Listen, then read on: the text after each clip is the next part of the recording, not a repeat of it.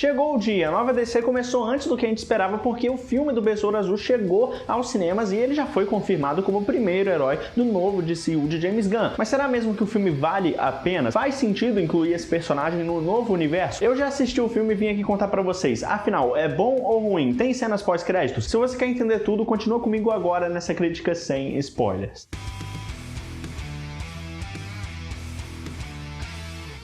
Fala nerds, eu sou o Lucas, sejam muito bem-vindos ao Experiência Nerd. Depois de tantos problemas ao longo do DCU, desde Batman vs Superman até The Flash, o que não faltou para DC foi polêmica, né? Infelizmente a verdade é que o antigo universo da DC já morreu, né? Com tanto problema, mas mesmo assim nessa altura do campeonato deixou ainda 2 filmes para lançar. Aquaman 2 e agora Besouro Azul, e que já nasceu como um dos filmes mais contraditórios, né? Porque depois de muito tempo a gente imaginou que esse filme acabaria sendo cancelado, como a Warner fez com o filme da Batgirl que ia sair direto para streaming. Mas o que não imaginavam, né, que tudo só ia piorar com um fracasso de bilheteria atrás do outro. Então será que o Besouro Azul vai conseguir se segurar em todas essas polêmicas, todo esse momento conturbado da DC? Tem alguma importância para o novo DCU do James Gunn? É exatamente isso que a gente vai discutir nesse vídeo, mas para isso eu preciso muito do seu like aqui embaixo, claro, porque isso é fundamental para o YouTube entender que você curte esse tipo de conteúdo. E se você é fã da DC, assim como eu, já se inscreve com o sininho ativado, porque se você ativa o sininho você vai receber mais vídeos como esse toda semana. Muito obrigado para cada um que faz isso e vamos pro vídeo. Então, galera, a gente pode começar falando sobre as coisas boas do filme, né? Porque querendo ou não, ele tem coisas positivas. O principal destaque que me vem à mente é o protagonista, o Jaime Reyes, que funciona muito bem. Eu curti o Xolo Maridueña no papel, foi uma boa escolha sim, eu já tinha gostado dele quando eles anunciaram e tal, ele que já fez um papel, ficou mais famoso, né, fazendo o Cobra Kai, e aqui ele volta aqui então para fazer um super-herói latino. E eu também gostei de toda a introdução dele com a família, a ambientação da cidade de Palmeiras City, mesmo que isso fique meio esquecido depois, mas eles dão um destaque legal até para essa parte dos Estados Unidos, né? Inclusive fazem uma referência com os quadrinhos, né? Que já que lá ele mora em El Paso, no Texas, e aqui a gente vê que o bairro dele tem esse nome. Isso tem uma coisa muito legal também, já logo de cara, são as referências culturais, né? Que eu não esperava mesmo que a gente tivesse nesse filme, mas com certeza o pessoal do Brasil aqui, os brasileiros, vão conseguir reconhecer uma novela muito famosa e um seriado também que fez muito sucesso aqui. Eu já fiquei surpreso na primeira vez que eu vi, então se você estiver assistindo você vai lembrar do que eu tô falando, se você já assistiu você sabe também, mas eu acho que pra mim funcionou muito bem, pelo menos essas piadas e também a relação dele com a família ali, pelo menos em alguns momentos. Mas a gente já vai falar mais sobre isso, do mesmo jeito que eu também gostaria que eles explorassem mais também a relação com o Escaravelho, o Kajidá, que a gente vê aqui, né, essa relação simbiótica deles, né, pra quem já viu Venom, em outros filmes já tá familiarizado um pouco com esse conceito do ser alienígena com o hospedeiro e tal, e é basicamente a mesma coisa aqui. Toda essa parte pra mim ficou legal, mas eles não aprofundam tanto assim, sabe? Talvez até pensando numa possível sequência, né, por isso que eles fizeram isso, mas é tudo muito básico e tal.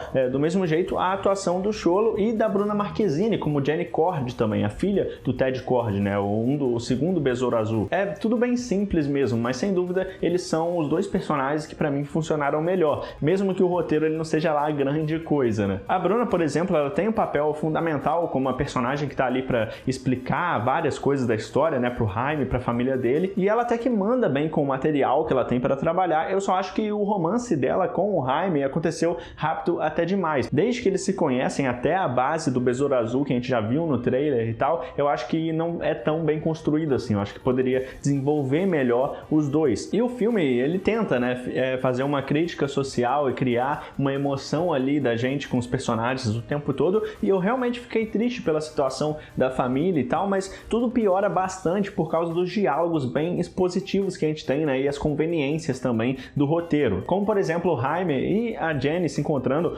totalmente por acaso, né, eles até meio que fazem uma piada com isso, ou também o tio Rudy, que às vezes passa um pouco do limite e a piada vai longe demais. Pelo menos pra mim, o humor, assim, ele não é tão equilibrado, sabe? Principalmente com a avó do Jaime, que de uma hora pra outra vira outra coisa. Eu não tava esperando mesmo aquilo, e por mais que eu vejo que muita gente gostou disso, eu acho que destoa um pouco, assim, do filme, sabe? Essa parte da avó e do tio Rudy, que às vezes fica um pouco demais. A impressão que fica é que parece que o roteiro sempre vai se adaptando aqui e ali pra conseguir fazer a história andar logo pra onde eles querem, né? Apesar de ser uma duração longa até desse filme, mais de 2 horas e tal, e eu acho que nem precisava e tal pra contar a história, porque eles estendem algumas cenas, né? Do mesmo jeito, uma cena que se passa no final, na cabeça do Jaime, quem assistiu vai saber do que eu tô falando, é quando ele tem uma conversa ali com o pai dele e tal. E realmente eu gosto da intenção como eles colocam o drama do personagem ali, que o Jaime, ele realmente tem um arco de personagem, né? Mas não é tão bem desenvolvido assim. Eu acho que às vezes fica expositivo demais e forçado demais algumas situações, né? Mas pra mim, ainda assim, isso não consegue estragar, e pra mim o principal destaque desse filme é o protagonista mesmo. O Xolo, ele manda muito bem. Eu adorei o uniforme dele também com efeito prático, né? Que bom que eles não fizeram o traje inteiro com CGI, porque o uniforme é bem bonito, é bem fiel aos quadrinhos, e quando eles colocam o CGI não chega a incomodar, sabe? O que já é um ponto bem positivo comparando com a maioria dos outros filmes de super-herói. E nada me tira da minha cabeça também, né? Como que a Warner conseguiu errar tanto no CGI de Flash, e como que o Besouro Azul, que tem um orçamento muito menor, Flash passa dos 200 milhões e um marketing gigantesco, eles não conseguiram fazer um CGI bom naquele filme. Ficou muito, muito ruim mesmo em diversas cenas. E aqui no Besouro Azul, que tem um orçamento de pouco mais de 100 milhões, eles conseguiram fazer muito bem. Então eu acho que até pode ser questão de administração da Warner, mas talvez seja mais o diretor também. O Andy Muschietti, como eu já tinha dito lá no Flash, ele não consegue lidar muito bem com essa questão de efeitos visuais, como foi lá em It, a coisa lá, que ele faz aqueles filmes lá com palhaço, com Pennywise, ele não consegue dar um realismo grande pra ele quando ele usa muito CGI, a gente percebe que tá carregado. Então parece que ele não sabe trabalhar muito bem. E isso não aconteceu com o diretor desse filme, o Angel Manuel Soto. Ele é estreante, né, o primeiro grande filme dele, mas ele já conseguiu fazer um trabalho bem decente até. Por exemplo, nas cenas de ação também, que não ficam tão confusas assim, ou com efeitos inacabados como foi o do Flash. Não é algo surpreendente, né, que a gente nunca viu em outro filme. Esse filme ele tem muitas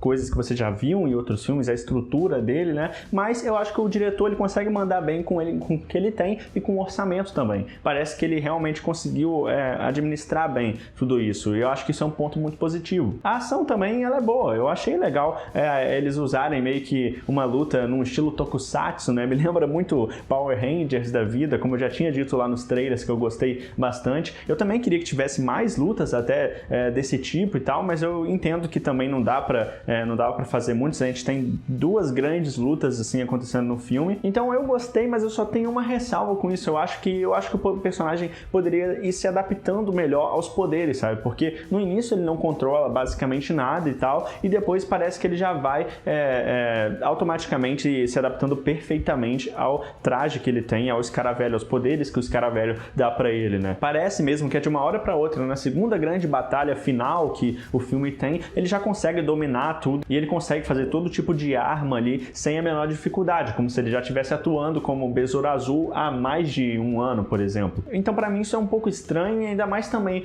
pensando que numa cena ele não queria ficar preso ao Escaravelho e ter esses poderes, e logo depois na outra cena ele já tá muito mais tranquilo com isso. Claro que ele tem uma conversa ali com o tio dele, mas parece muito que de uma hora pra outra quebra bastante isso, sabe? Eu acho que podia demorar um pouco mais, ou fazer de uma forma um pouco mais bem construída, porque a impressão que ficou pra mim é que de segundos depois ele já tava querendo voar, né? E depois eles meio que deixam de lado essa trama dele, essa preocupação que ele tem. Então fica tudo meio que pelo caminho. Então a principal crítica mesmo, os principais defeitos do Jaime nesse filme, o personagem dele, é que é a falta de desenvolvimento, talvez com o Escaravelho, que dava para aprofundar um pouco mais isso, e principalmente também a evolução dele para se aceitar como herói, né? Mas sem dúvida, galera, isso são algumas coisas que eu percebi, mas realmente quem estraga ou quase afunda o filme são os vilões. E eu não quero ser injusta, sabe? Mas eu acho que esses vilões, eles funcionariam muito melhor lá no início dos anos 2000 e tal, que não tinha tantos filmes de super-herói, mas hoje em dia, depois de tantos filmes, realmente parece que é só mais um vilão genérico, um vilão engravatado, por exemplo, de uma grande corporação que a gente já viu umas 200 vezes, e outro vilão que vai ser a ameaça física pro herói, né? Eles pegam muitas inspirações aqui e ali do que deram certo em filmes da Marvel e tal, e também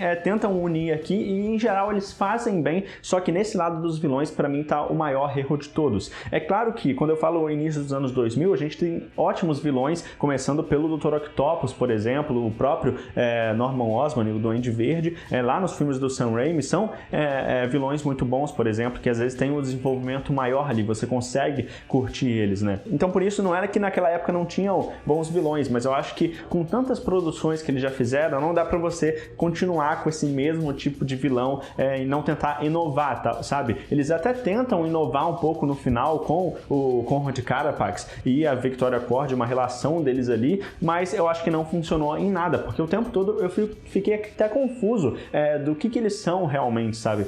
Qual que é o real passado deles. Inclusive dava pra ver, né, que o trailer ele já tava escondendo bastante, e foi exatamente assim com o vilão lá de Adão Negro, Sabbac, que é mais um vilão qualquer coisa também. As vilãs de Shazam 2 também não mostrou tanto sobre elas, e principalmente o vilão de Flash não mostrou nada, e a gente sabe que o motivo disso é porque praticamente eles não têm camada nenhuma, né? Você simplesmente não consegue se conectar com nada deles nesse filme, e o tempo todo não fica claro a motivação de verdade dos personagens, né? Ou se vier uma motivação muito básica, assim, e que eles não se aprofundam em nenhum momento. A Victoria Kord é terrível e a história dela com o irmão nunca é muito bem explicada, do mesmo jeito que eles perderam a oportunidade de fazer uma cena boa sequer dela com a Bruna Marquezine, a Jenny Kord, porque logo na primeira cena ela se assume e o Carapax também como o vilão mais genérico possível. E a loucura disso é que parece mais um filme da Marvel mesmo do que da DC, mas pro lado ruim, sabe?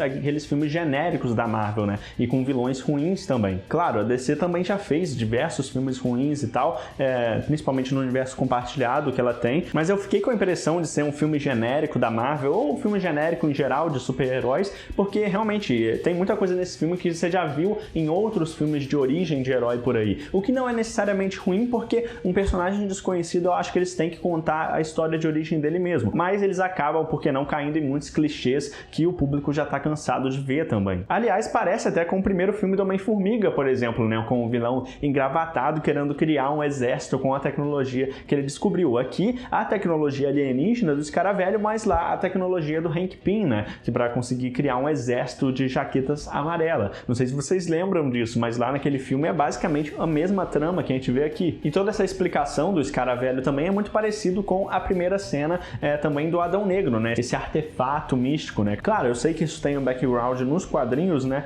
do Escaravelho e tal, essa origem realmente tinha que acontecer, mas você vê que é tudo muito parecido, sabe? Do mesmo jeito a relação de simbionte do Ed Brock com o Venom também, que a gente vê nos filmes do Venom e em outras adaptações do Homem-Aranha, e por que não também a gente tem uma semelhança ali com o Homem de Ferro, né? Porque o Homem de Ferro ele tem uma armadura tecnológica, inclusive a armadura do Homem de Ferro lá em Guerra Infinita tem muita semelhança com essa armadura do Besouro Azul, né? Com as armas que o traje consegue criar, né? Então eu acho que eles podiam até ter explorado isso mais, mas quem sabe se a gente for ver o Besouro Azul no futuro, eles possam criar ainda mais coisas em cima disso, né? Porque, galera, eu acho que esse filme ele não vem pra salvar a DC, né? Como muita gente tá dizendo e tá se perguntando aí, ele não vem pra salvar a DC. Esse universo, o antigo DCU, ele já acabou praticamente, a gente só tem o Aquaman 2 pra ser lançado ainda, e esse universo ele não vai continuar, mas por que não o personagem ele pode continuar, né? O James Gunn já confirmou que ele tem planos pra continuar com o personagem, e eu acho que isso acabou sendo bom. Eu fiquei muito na dúvida com isso, porque eu tenho muito medo deles utilizarem muitos heróis